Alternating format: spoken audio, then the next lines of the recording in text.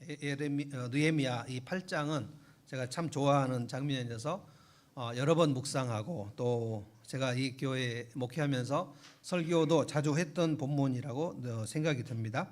구약 역사에서 마지막 부흥입니다. 예루살렘이 멸망하고 난 다음에 바벨론으로 포로로 끌려간 이후에 70년 포로 생활이 있었고, 그리고 그 이후에 오랫동안 방치되었던 예루살렘 성전 세웠고, 그리고 느헤미야가 와서 예루살렘 성벽을 세웠습니다. 지난 주일에 우리 느헤미야가 얼마나 아닥사스다 왕에게 그 허락을 받고 그 왕이 얼마나 많이 그 지원을 많이 해줘가지고 느헤미야가 예루살렘에 돌아온 것을 우리가 생각했는데, 그 이후로 여러분이 느헤미야를 읽어보면 끈질긴 방해가 있었고요, 엄청난 반대가 있었고, 모함이 있었고, 느헤미야를 휘두르려고 하는 그 산발랏과 도비야, 그리고 아람 사람 게셈, 이런 사람들이 있었습니다. 하나님의 일에는 절대로 아무런 방해가 없이 손타락에만 가는 법이 없습니다. 그 느헤미야가 끊임없이 깨어 있어서 그들의 그 계략을 알고 그 계략을 물리치고 대처하고, 그렇게 해서 예루살렘 성벽을 세운 것이거든요. 그리고 나서 이제 오늘 이 느헤미야 8장은 대부흥이라고 할 수 있습니다. 부흥은 큰 민족적인 부흥이 있고, 그리고 개인적으로 내 혼자의 삶에서 일어난 소부흥, 두 개가 있을 수가 있습니다. 역사적으로 보면 어떤 나라에, 특별히 이제 미국이나 영국에는 18세기 그 이후에도 간간히 있긴 있었는데, 미국과 영국 전체에 걸쳐서 대서양을 사이에 두고 미국에는 조나단 에드워드가 활동을 했고, 영국에는 조지 휘필드가 활동을 했는데, 그때 18세기를 대각성의 시간, 대각성 운동이라고 합니다. 크게 민족이 깨어나는, 미국 교회, 영국 교회가 크게 깨어나는 일, 그래서 Great Awakening 이렇게 얘기합니다. 그게 대부흥이고요. 우리나라에도 딱 한 번 있었습니다. 1907년, 1910년이 한일 강제 병합이죠. 그리고 1905년이 을사늑약, 이완용 무리들이 나라를 일본에게 바치는 그때 1905년, 1910년 이 나라가 통째로 일본 식민지로 넘어가는 그 시간에 한 3, 40년 전에 복음이 평양으로 들어왔고, 평양에 대부흥이 한번 크게 있었습니다. 그래서 만약에 평양 대부흥이 한번 있지 않았다면 1919년에 김인현 3월 1일 독립운동이 불길같이 일어났는데 어렵지 않았을까 하는 생각이 들 정도로 우리 한국교회는 20세기 초에는 우리 민족의 등불 같은 역할을 했습니다. 이게 민족이, 한국 교회가 일어난 큰 부흥이었고요. 2007년에 월드컵 상암 경기장에서 어게인 1907 이렇게 해서 100년, 100주년을 기념하는, 혹시 하나님께서 한국교회에 다시 부흥을 주실까라고 생각하고 엄청난 무리가 모였는데 부흥은 오지 않았습니다. 오카는 목사님이 돌아가시기 전에 거기서 아마 마지막 설교를 하면서 이 민족에게 부흥을 달라고 기도를 했는데, 그런 큰 부흥은 아직 오지 않고 있습니다. 부흥이라는 말은 성장이라는 말과 좀 다릅니다. 한국 교회는 그 교회가 부흥됐다 그럴 때 숫자가 많이 모여서 성장하면 그 교회가 부흥됐다라고 얘기하는데, 부흥이라는 단어는 원래 그런 게 아니고요.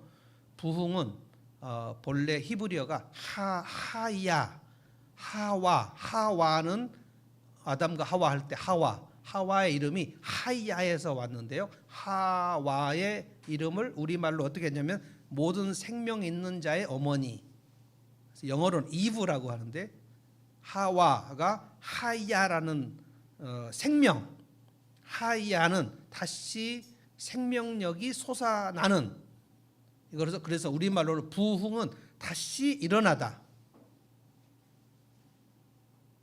하야, 하와 할 때 여호와가 같은 어원입니다. 여호와 할 때는 I am, 그러니까 여호와라는 말은 영어로 하면 비동사입니다. 비동사. I am, I will 이게 다 비동사거든요. 근데 하나님께서 모세에게 당신의 이름을 나는 여호와다 할 때 그 영어로는 I am that I am 나는 스스로 있는 자라고 얘기하는데 그게 생명의 존재가 그냥 있는 자다. 그래서 이거는 원래는 근데 I am 이렇게 번역하면 안 되고 사실 I will be 이렇게 해야 돼요. 나는 있을 자다. 굉장히 어려운 영어입니다. 여호와. 그래서 어떤 공동 번역 성경은 야훼라고도 번역하는데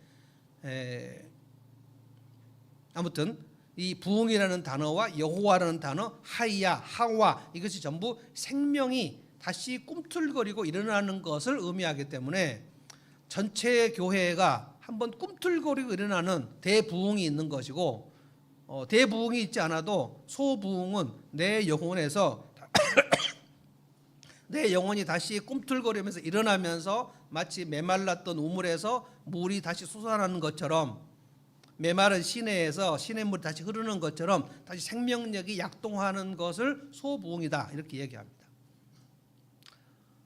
제가 영국에 가서 공부한 학교가 이제 마틴 로이드 존스 목사님이 세운 신학교였는데 그 로이드 존스 목사님은 제가 갔을 때는 이미 돌아가셨고요. 80년도쯤에 돌아가셨는데 2차 세계대전이 있을 때 1945년, 50년 그때 영국 런던의 웨스트민스터 채플이라는 곳에서 목회를 했는데 영국은 이제 런던은 잉글랜드고 이분은 원래 웨일즈 사람입니다. 웨일즈에서는 엄청난 부흥이 있었습니다. 1905년에 부흥이 있었어요. 스코틀랜드에서도 그런 부흥이 있었습니다. 그런데 런던을 중심으로 잉글랜드에서는 그런 민족적 부흥이 없었어요. 그래서 이 웨일즈 사람인 로이드 존스 목사님이 왜 잉글랜드에만 이렇게 민족적인 대부흥이 없는지를 생각해 보라고 얘기하면서 그가 목회하는 내내 이 대부흥이 한번 이 잉글랜드와 런던에 있기를 엄청나게 갈망하면서 설교를 했습니다. 그 시리즈 설교가 로이드 존스 목사님이 쓴 부흥이라는 책인데 그렇게 쉽게 읽히지는 책은 아닙니다만 한번 읽어보실 분은 읽어보시면 좋겠습니다. 그런데 로이드 존스 목사님의 목회의 기간 동안에 그런 엄청난 부흥이 오지 않았습니다. 끊임없이 그러나 이 부흥을 사모하라는 설교를 했거든요. 대부흥이든지 소부흥이든지 어떤 부흥이든지 항상 그 부흥이 오는 경로는 딱 한 가지입니다. 하나님 말씀에 대한 갈망입니다. 갈망. 오늘 본문에도 하나님 말씀에 대한 갈망이 이스라엘 백성들 모두에게 갑자기 우리가 성경 말씀을 읽고 싶다라는 갈망이 막 생겨요. 그래서 그 갈망이 생기면서 우리의 심령에 부흥이 오는 겁니다. 부흥이 오는 경로는 말씀에 대한 갈망으로 일어나고 그 다음에는 그 말씀을 듣고 회개하는 마음이 일어나고 애통하는 마음이 일어나고 그리고 마지막에는 희락이 일어나고 그래서 영혼이 막 기쁘고 즐거운 그런 상태. 그래서 하나님이 크게 보이고 내가 믿는 하나님은 온 세상을 주관하시고 다스리시고 내 인생을 책임지시고 이렇게 마음이 뜨거워져요. 그래서 부흥의 정확한 용어는 성령 충만입니다. 그러니까 성령 충만하지 않은 상태로 부흥이 오는 경우는 없어요. 부흥이 왔는데 그가 성령을 거스르거나 성령을 근심시키거나 성령을 소멸하는 이 세 가지를 할 수가 없어요. 근데 이건 항상 성령의 역사는 말씀을 통해서 일어나기 때문에 말씀의 갈망으로 옵니다. 오늘 이 말씀 느헤미야 8장 읽어보면 말씀에 대한 갈망이 전 민족적으로 일어납니다. 그리고 마음이 막 뜨거워져서 엄청난 기쁨이 있어요. 맨 마지막 10절 말씀 한 번만 같이 읽어보고 설교를 좀 진행하겠습니다. 10절 느헤미야가 백성들에게 뭐라고 했는지 한번 다 같이 읽어볼까요? 읽겠습니다. 시작. 느헤미야는 그들에게 말하였다. 돌아들 가십시오. 살찐 짐승들을 잡아 푸짐하게 차려서 먹고 마시도록 차리지 못한 사람들에게는 먹을 것을 보내주십시오. 오늘은 우리 주님의 거룩한 날입니다. 주님 앞에서 기뻐하면 힘이 생기는 법이니 슬퍼하지들 마십시오. 슬픔은 슬픔인데 이것을 애통이라고 하거든요. 하나님 말씀을 깨닫고 마음이 뜨거워져서 내가 얼마나 잘못 살았는가, 얼마나 내가 하나님을 소홀히 여겼는가를 다시 깨달아지는 그 슬픔, 그 이후에 이제 더 이상 슬퍼하지 말고 기뻐하라고 얘기했어요. 이게 희락입니다. 그래서 두 가지를 오늘 각자 내 마음 속에 지금 나에게 개인적으로 소부흥이 일어나고 있는 것인가, 그리고 우리 교회와 한국교회 전체적으로 대부흥이 한번 다시 일어나기를 갈망하는 마음이 있으면 좋겠어요. 첫 번째로 부흥은 말씀에 대한 갈망으로부터 온다. 1절을 한번 또 읽어봅시다. 1절 한번 읽어보겠습니다. 읽어봅시다. 시작.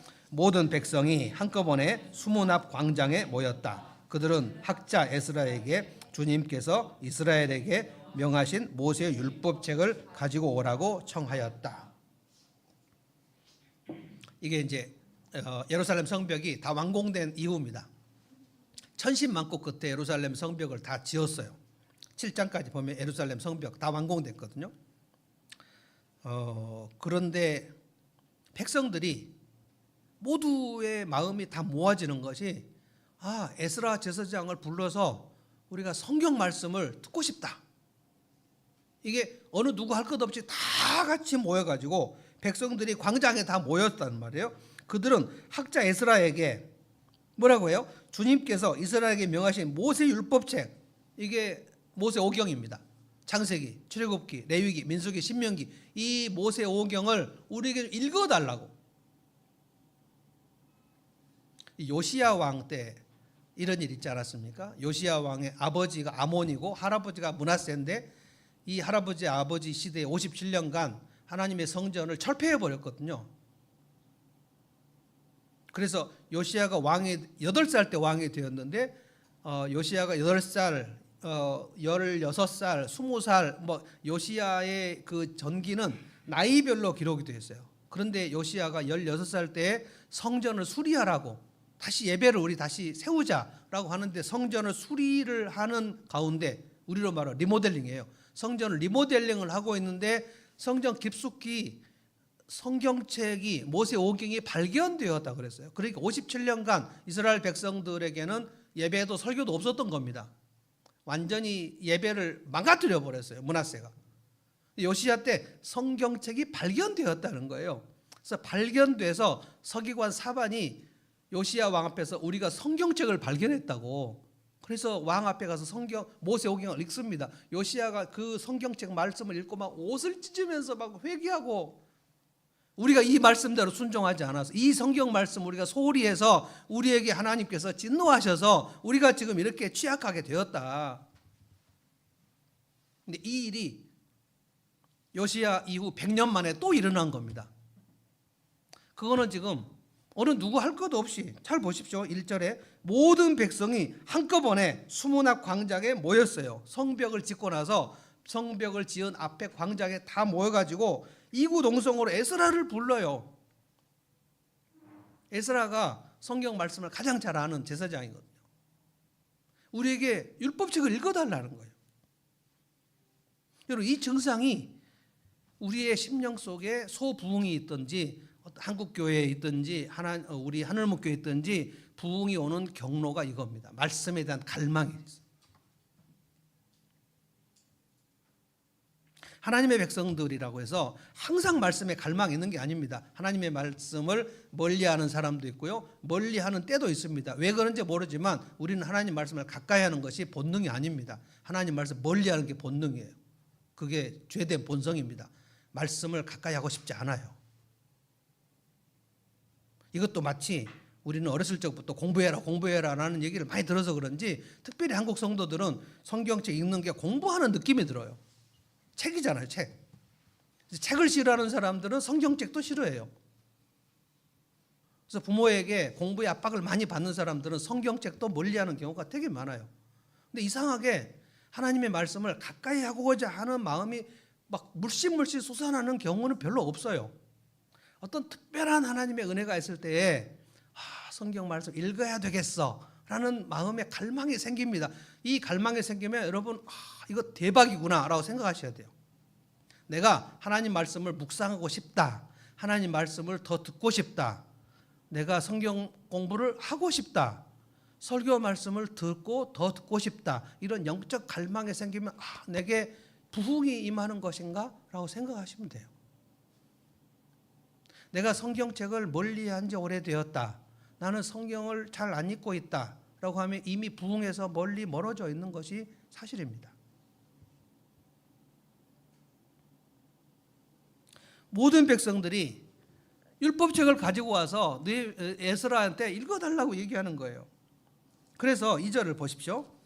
일곱째 달 초하루에, 이게 7월 1일입니다. 7월은 대속죄일이 7월 10일이에요. 그러니까 이게 되게 아주 중대한 그 시간입니다. 7월 초하루 에스라 제사장은 율법책을 가지고 회중 앞에 나왔다. 모든 백성들이 에스라를 지금 보고 있는 거예요. 지금 성경책이 그들에게는 없습니다. 에스라 제사장에게만 성경책이 있어요. 남자든 여자든 알아들을 만한 사람들은 모두 나왔다.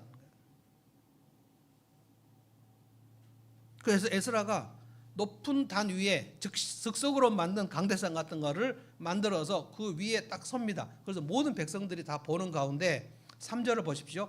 에스라가 성경 읽는데 새벽부터 정오까지, 여러분 새벽은 5시나 6시, 정오는 12시, 6시간 동안 에스라가 성경책을 읽었다. 모든 백성도 들었다. 3절 제가 읽겠습니다. 3절입니다. 그는 수문학 광장에서 남자든 여자든 알아들을 만한 모든 사람에게 새벽부터 정오까지 큰 소리로 율법책을 읽어주었다. 백성은 모두 율법책 읽는 소리에 귀를 기울였다. 한 사람도 떠나지 않아요. 장장 6시간입니다. 에스라가 드라마틱한 설교를 한 게 아니에요. 무슨 부흥 집회를 한 게 아니에요. 이제 성경책을 큰 소리로 그냥 읽었어요. 어떻게 읽었어요? 태초에 하나님이 천지를 창조하시나, 여기서부터 쭉 읽었어요. 여러분 레위기를 읽어보시면 초신자들은 답답해서 못 읽습니다. 이게 무슨 소린가? 정말 어려워요. 창세기, 출애굽기, 레위기, 민수기, 신명기를 쫙 6시간 동안 읽는데 백성들이 가만히 듣고 있는 거예요. 들리는 거예요. 들려. 하나님의 말씀이 들리기 시작해요. 이 부흥이 오는 겁니다. 이게.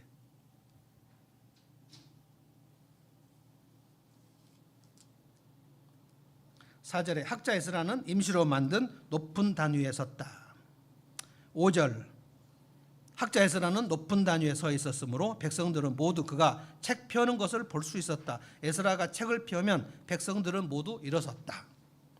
사실은 우리는 이제 성경 봉독을 할 때 여러분 앉아 계시지만 성경 원리로 말하면 하나님 말씀 읽을 때는 모두 일어서는 게 맞습니다. 어떤 교회는 그렇게도 합니다.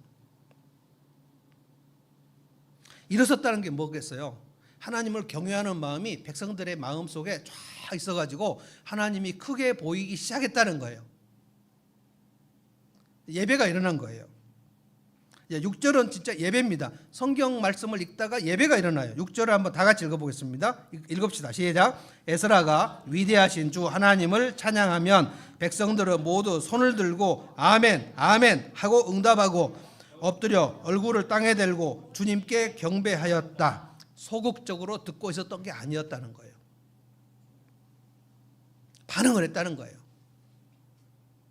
하나님을 찬양했다는 게 찬송을 했다는 뜻이 아닙니다. 지금 성경책 읽으면서 그 성경 안에 하나님의 이름을 높이는 말을 쭉 낭독을 했다는 거예요. 쭉 낭독을 하는데 백성들이 하나님을 찬양할 때 손을 들었고 아멘 아멘 하고 응답하고 어떤 사람은 엎드리고 어떤 사람은 손을 들고, 여러분 손을 들고 엎드리는 건 좀 이상하겠죠. 어떤 사람은 손을 들었고 어떤 사람은 엎드렸다 이런 뜻이겠죠. 얼굴을 땅에 대고, 좀 이상하잖아요. 얼굴을 땅에 대고 손을 들면 좀 이상하단 말이에요. 주님께 경배하기 시작했다는 거예요. 이것은 뭔가 하나님이 각자의 심령 속에 위대하신 하나님, 크신 하나님, 우리 민족을 붙드시는 하나님, 우리는 범죄했지만 바벨론 포로로 사로잡혀 갔지만 70년 만에 다시 우리를 예루살렘으로 돌아오신 하나님, 출애굽시키신 하나님, 바벨론 포로에서 우리를 끄집어내신 하나님, 우리는 절대 노예 생활에서 빠져나올 수 없었는데 하나님의 전능하신 능력으로 우리를 끄집어서 오늘 다시 예루살렘으로 다시 오게 하셨구나, 성전 짓게 하셨구나, 성벽 짓게 하셨구나, 방해와 반대 세력이 엄청 많았는데 하나님이 하셨구나, 하나님의 크신 능력이 이제 깨달아가기 시작한 거예요. 한번 여러분 따라서 해보겠습니다. 따라서 해보십시오. 진정한 부흥은 하나님이 크게 보이는 것이다. 그러니까 저 교회가 부흥됐어, 저 교회가 침체됐어 할 때 숫자가 많아, 숫자가 적어, 이거는 성장이고요.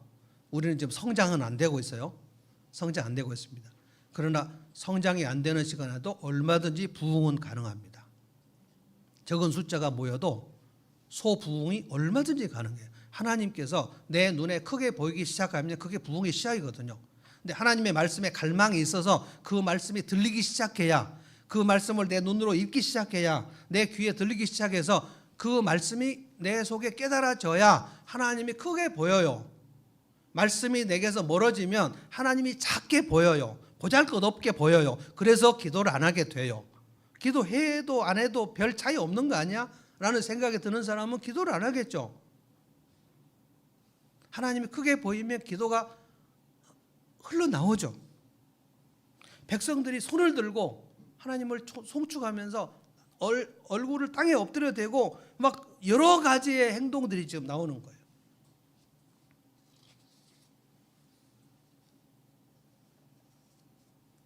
그런데 이제 에스라가 6시간 동안 읽는 그 시간 이후에 무슨 일이 일어났냐면, 레위인들이 이제 우리로 말하면 성경 교사들입니다. 레위인들이 각 사람들에게 찾아가서 말하자면 소그룹 성경 공부가 시작된 거예요. 8절을 보십시오.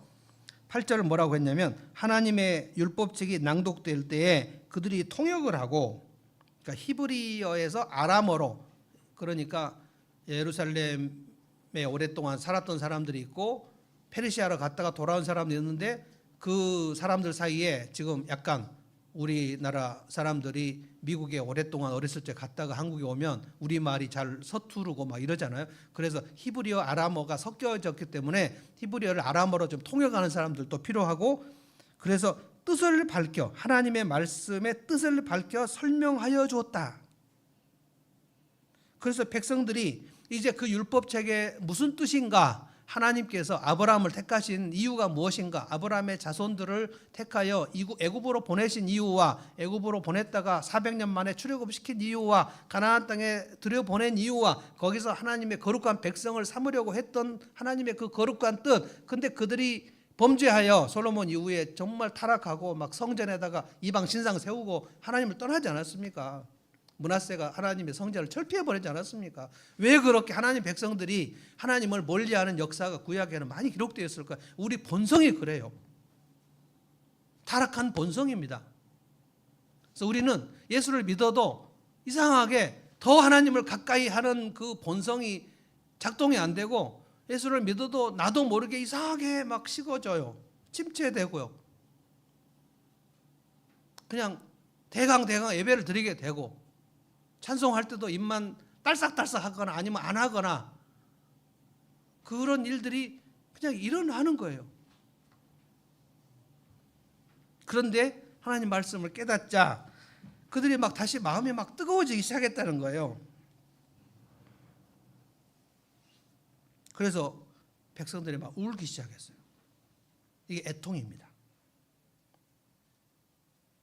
내 영혼에 지금 말씀이 들리기 시작했는지, 그리고 이 내 영혼이 말씀을 빨아들이고 싶은지, 이 영적인 식욕이 생겼는지, 그러면 이미 내 심령에는 이미 소부흥이 일어나 있는 겁니다.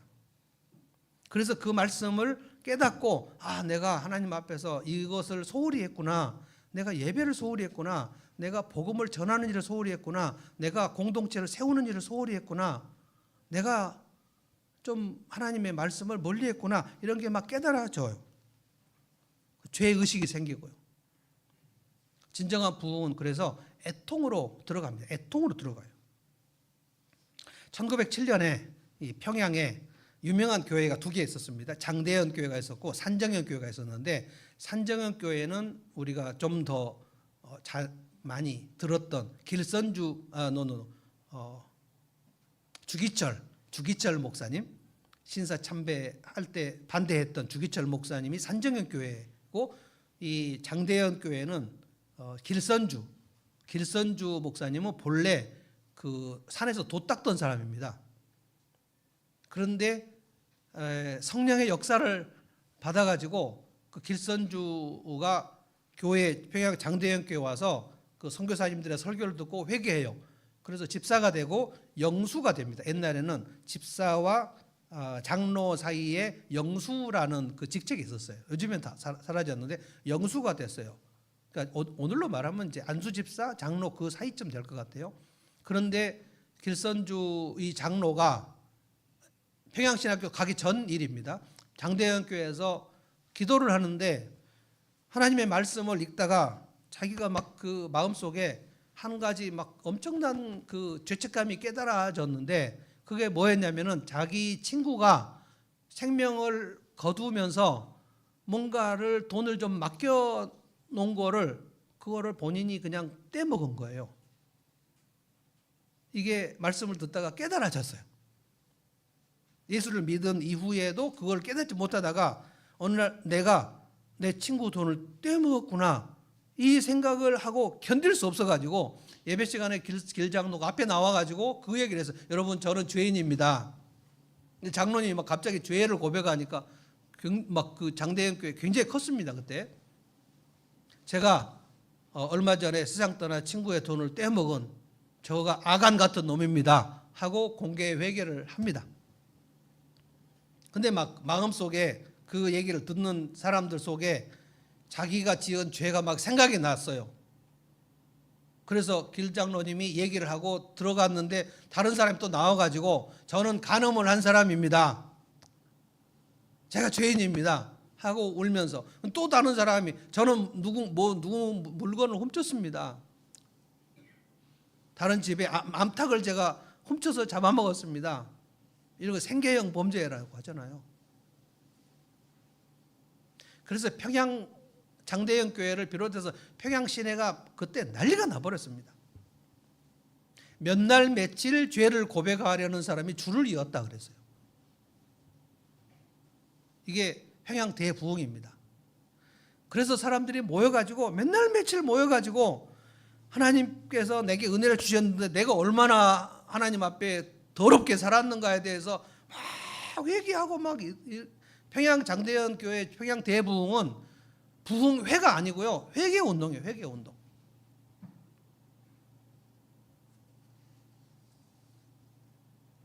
영국, 미국에도 이런 부흥의 현상. 영국의 조지 해필드는 말 타고 다니면서 그 막 이곳저곳 다니면서, 이분은 목소리도 엄청 컸습니다. 옛날에는 그 설교자의 자격이 기본적으로 목소리가 커야 돼요. 이 저기가 없으니까요.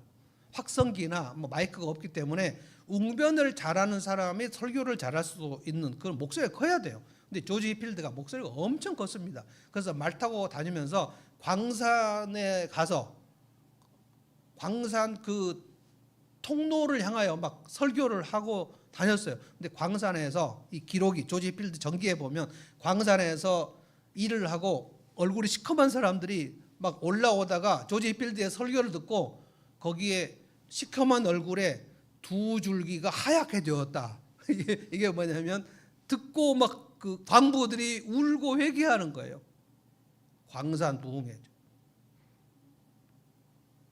이게 영국의 대부흥입니다. 미국은 조나단 에드워드라는 사람, 이 사람은 또 굉장히 내성적인 사람이에요. 이 사람은 설교 원고를 보고 설교해요. 그 회중을 보지 않아요. 어떤 목사님들은 또 그렇게 아주 내성적인 분들은 이렇게 설교 원고를 다 읽는 분들도 있어요. 제가 어렸을 적에도 그렇게 설교하는 목사님이 있었어요. 회중들하고 전혀 아이 컨택을 하지 않아요. 근데 조나단 에드워드가 그렇게 설교했어요. 그런데 그 설교를 듣고 막 얼마나 많은 사람, 옛날에는 그 1000명 들어가는 텐트, 이걸 마키라고 하거든요.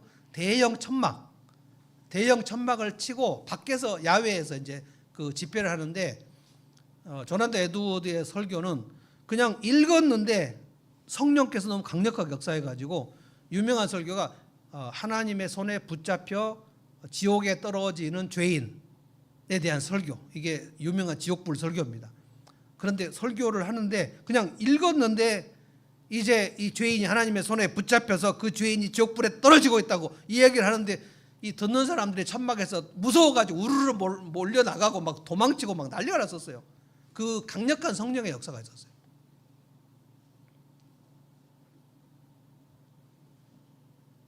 그런 것들은 이제 대부흥이라고 하지만 1907년 이후에 한국 교회에 대부흥의 역사가 한 번도 온 적이 없습니다. 부흥회는 큰 부흥이 아니고요. 부흥회 막 북을 치면서 우리나라 60년 70년대는 북을 막 치고 막 불받아라 불받아라 하고 막 방언하게 하고 쓰러지게 하고 막 그런 것들이 있는데 그건 부흥회고요.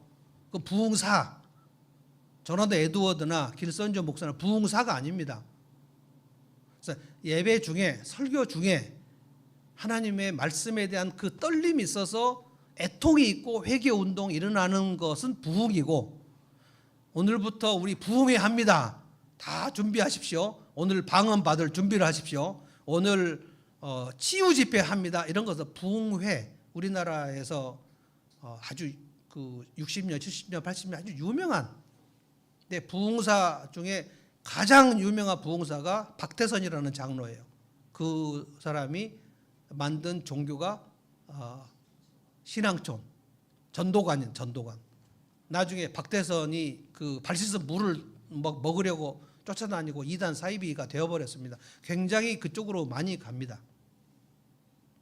제가 오늘 이 말씀을 여러분들에게 하는 이유는 뭐냐면 하나님의 말씀에 대한 갈망이 여러분들에게 현재 있는가 하는 거예요. 아니면 언제 있었는가 하는 거예요. 그 말씀에 대한 갈망이 있어서 내가 성경 말씀 읽고 싶다. 말씀을 배우고 싶다. 그리고 설교 말씀을 들었을 때 다윗은 뭐라 그러냐면 내게 하나님의 말씀이 송이꿀보다 달다. 그래서 예배할 마음이 있고 기도할 마음이 있고 찬양할 마음이 있는 이 소부흥의 역사가 여러분의 신앙 여정에 언제 있었는가 아니면 지금인가 굉장히 중요한 일입니다.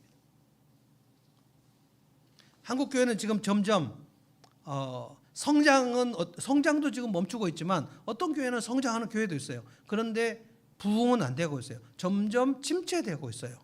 하나님의 말씀이 점점 멀어지고 있어요. 개인적으로 하나님의 말씀을 씹어 먹으면서 거기에 대해서 그 반응하면서 개인적으로 하나님 앞에 애통하면서 그런 일들이 점점 줄어들고 있어요. 나에겐 영혼의 갈망이 있는가? 영적 갈망이 있는가 보십시오. 두 번째는 부흥이 진행이 되면 항상 영혼의 기쁨, 희락으로 이어집니다.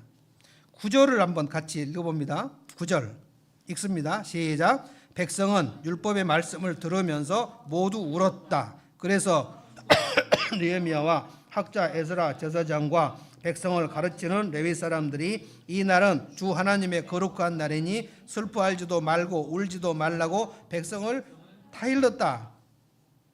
백성들이 막 울면서 가슴을 치면서 애통을 하니까 이 에스라 느헤미야가 더 이상 울지 말라고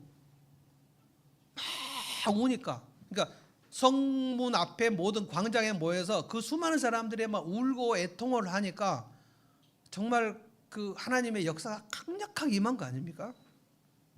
내가 하나님 앞에 잘못 살았던 거 그리고 느헤미야 7장 보시면 그 느헤미야가 회개 기도한 내용이 잘 나오거든요. 거기에 아브라함부터 시작해서 하나님이 역사한 거 여러분 그래서 내 인생에 대해서 회고할 때 내가 하나님 만나기 전에 어떻게 살았고 내가 하나님 만날 때 그리고 만나고 난 다음에 언제 또 식어졌고 근데 언제 주님이 다시 나를 일으키셨고 이 역사를 쭉 회고하면서 기도를 하는 게 좋습니다. 우리는 올라갔다 내려갔다 올라갔다 내려갔다 엄청 반복을 하죠. 아브라함 때 하나님께서 우리를 부르셨는데 아브라함의 자손들을 하나님께서 애굽으로 보내셨는데 애굽에서 나오게 하실 때 홍해 바다를 가르셨는데 그리고 만나와 생수를 먹이시고 마시우셨는데 그리고 불기둥과 구름기둥으로 우리를 인도하셨는데 그리고 40년 동안 옷이 헤어지지 않게 하셨는데 발이 부르트지 않게 하셨는데 하나님의 그 선하신 역사를 막 얘기하고 그런데 우리는 불순종했고 우리는 악행을 저질렀고 우리는 우상 숭배를 했고 그래서 우리가 바벨론 포로로 끌려갔다가 다시 돌아왔는데 또 우리는 이렇게 되었고 이거를 쭉 얘기합니다. 그런데 이제 이 애통이 되고 나면 애통은 우리의 영혼을 청소하는 겁니다. 여러분 방을 깨끗이 청소하고 나면 우리가 얼마나 개운합니까? 개운하다. 우리가 목욕을 한 2시간씩 가서 하고 나면 얼마나 개운합니까? 이게 똑같은 거예요. 애통이 일어나는 것은 그 내 더러운 것을 다 하나님 앞에 토해내는 겁니다. 그러면 청소가 돼요. 그러고 나면 우리의 마음이 개운하다. 이게 희락입니다. 하나님이 나와 함께 하시는구나.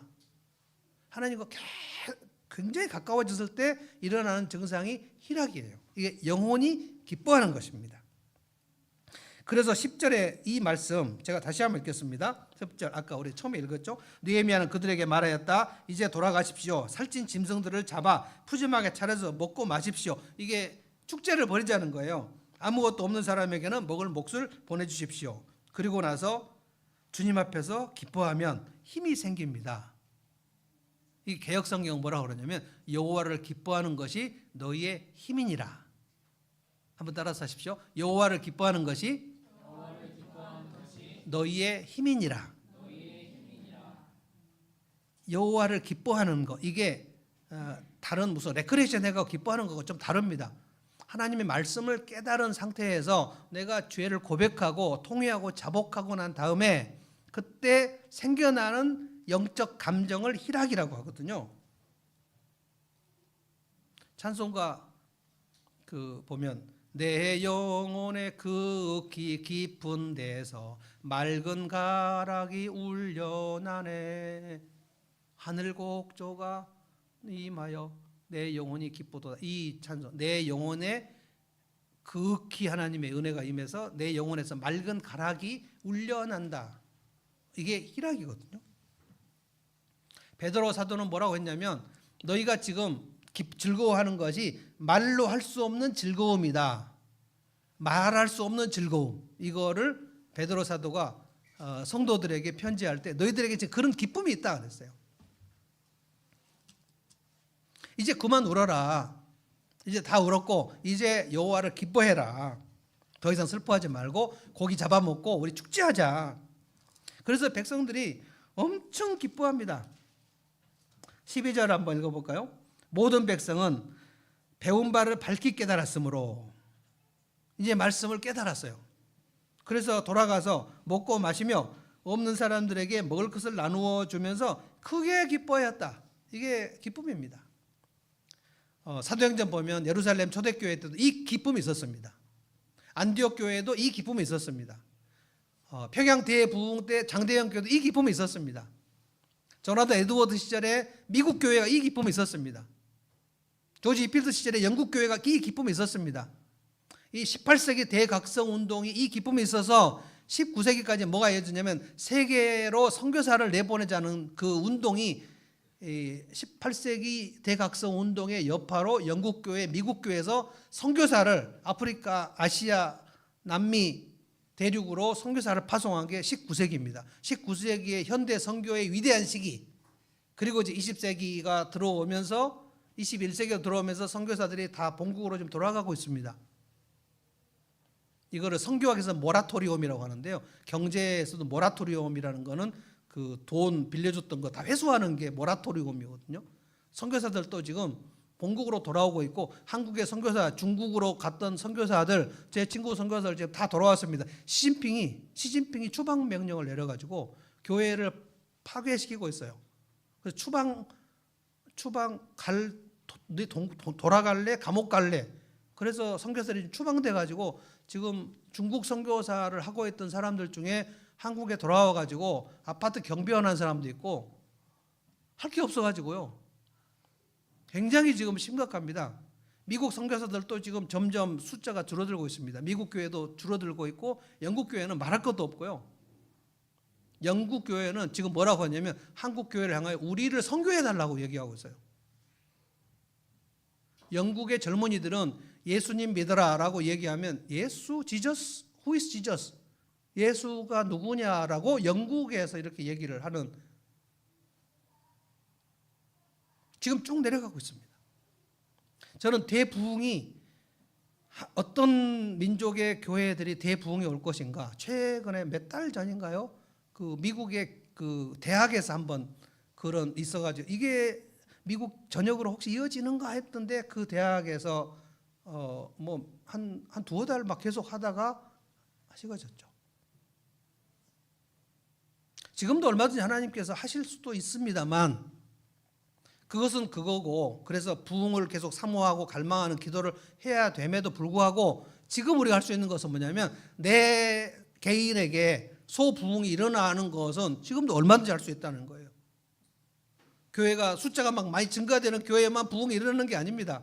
그때 그 교회도 부흥이 일어날 수 있고요. 아주 작은 교회도 각자의 삶 속에서 하나님의 말씀에다 갈망이 있어서 그 말씀을 막 씹어 먹어보세요. 먹어보아서 깨달아지면, 혹시 깨닫지 못하면 물어보세요. 성경을 알고 있는 여러분의 신앙의 선배들에게 이 말씀 무슨 뜻인가를 물어보세요.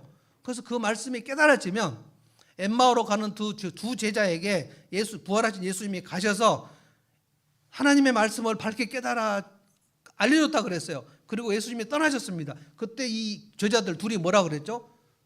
저분이 우리에게 말씀을 깨달아 알려줄 때에, 해석해서 알려줄 때 우리의 마음에 불같이 타오르지 않았냐? 그래서 엠마오로 안 가고 예루살렘으로 돌아가서 사도들하고 같이 만나갖고 다시 예루살렘 교회가 일어나는 겁니다.